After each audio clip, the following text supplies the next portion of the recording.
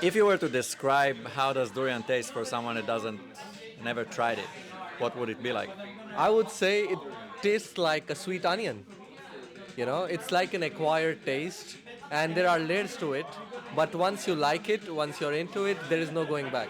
I guess it's the kind of flavor where when you first approach it, it might give you a kind of like a shock because it might overturn how you imagine a fruit actually tastes.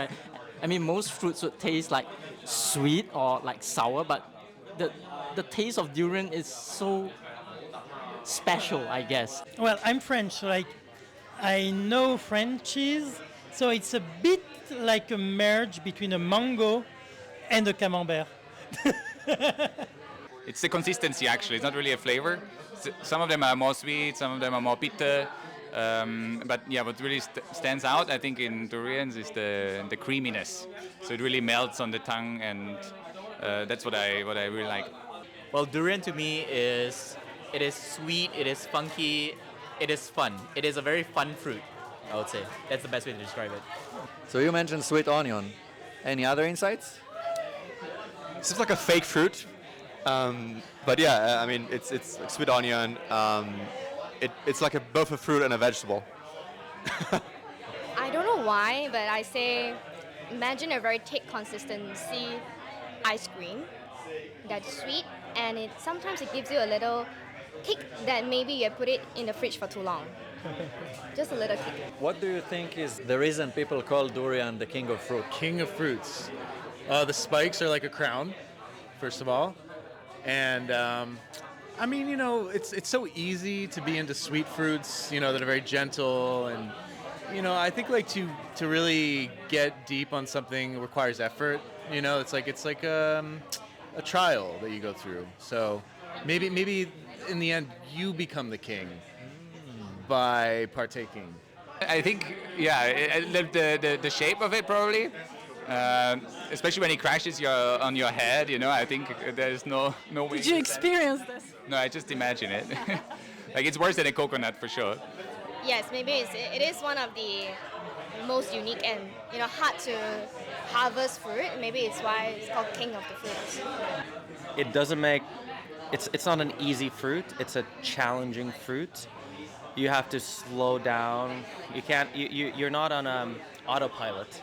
I can eat apples, I can eat oranges, I can eat basically any fruit without even thinking about it. When I eat durian, I really think about it. Like it demands your attention. It's very hard to approach the king, perhaps. Yeah, I don't know. The smell and the nutrition value is so rich. It's so outstanding. It can fill you up, and you will feel very satisfied just by eating it. It takes time to like it because it tastes like sweet onion and things like that. That's why a lot of people call it a king of fruits. Also, it's tough to cultivate it, very tough to farm. Hence, even the farmer gives it a king style vibe. Plus, it takes 25 years before you get the first fruit out. Kings need at least 25 years to be born. Because it's the best.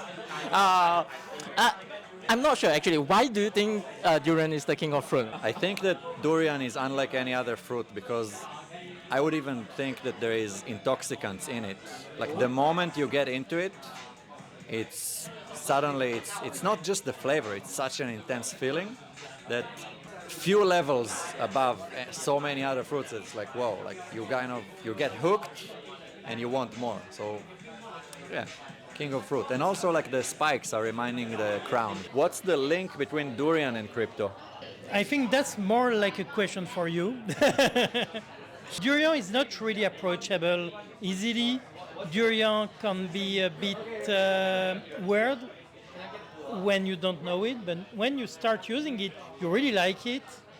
Well, a bit like crypto. At start, a lot of people don't want to dive to crypto, but once they start, they can't stop. Crypto and durian, in a way, are similar because still a lot of crypto community is walled guarded. Similar to durian, it's walled guarded because there are a lot of people who are trying to attack and enter in. And when you open it, you find the sweet fruit that you really like, and eventually get connected to. So I would say Web3 and crypto are very similar like that. It's like a walled garden, but once you're in, you are in for life.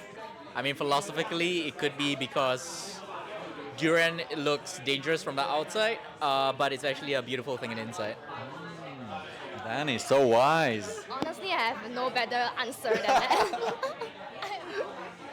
It's a meme. I mean, just look at the pictures here. Like, it's like super memeable, and that is in line with meme coins and our gamified world in crypto. One of the unique things about crypto as an industry, it's an incredibly social industry. We are obsessed about crypto. We're obsessed about the crypto culture. It's a non-stop thing. Eating durian, it feels like a communal thing. It feels like a social thing. Yeah, I think there are several, so it's a very diverse space. So there are a lot of diverse durians out there, and I think crypto space is a bit similar to that as well. And it attracts somehow a little bit weird people as well sometimes. Weird in a good way. In a good way, of course. Shitcoins and the aroma of durian seem to have a lot in common. The first experience durian would have that kind of like uncomfortableness for some people, but when they actually fully understands it and fully like kind of like experience it and accepts it, people would, in my opinion, come to realize that hey, it's a really great thing. And it's the same thing for crypto too. Like for a lot of people that are not exposed to crypto, they are just like people that have not been exposed to durian. They have their own like comfortable selection of fruits. Some people would use credit cards, some people would use like QR payment codes, stuff like that. But after they experience durian, I'm pretty sure that just like how when they experience crypto, they'll realize how crypto is like that much more convenient. You have that much more freedom. There's so much more interesting things that you can do, especially now with like all the different technologies that we have, like TEs, like ZK proofs, like NPCs.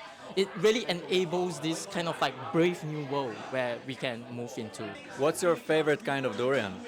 I would say Mo Shangwan is my favorite. That's what I started with, but I think I would like others as well. Durian that creates memories. Durian in unforgettable moments. Durian with friends.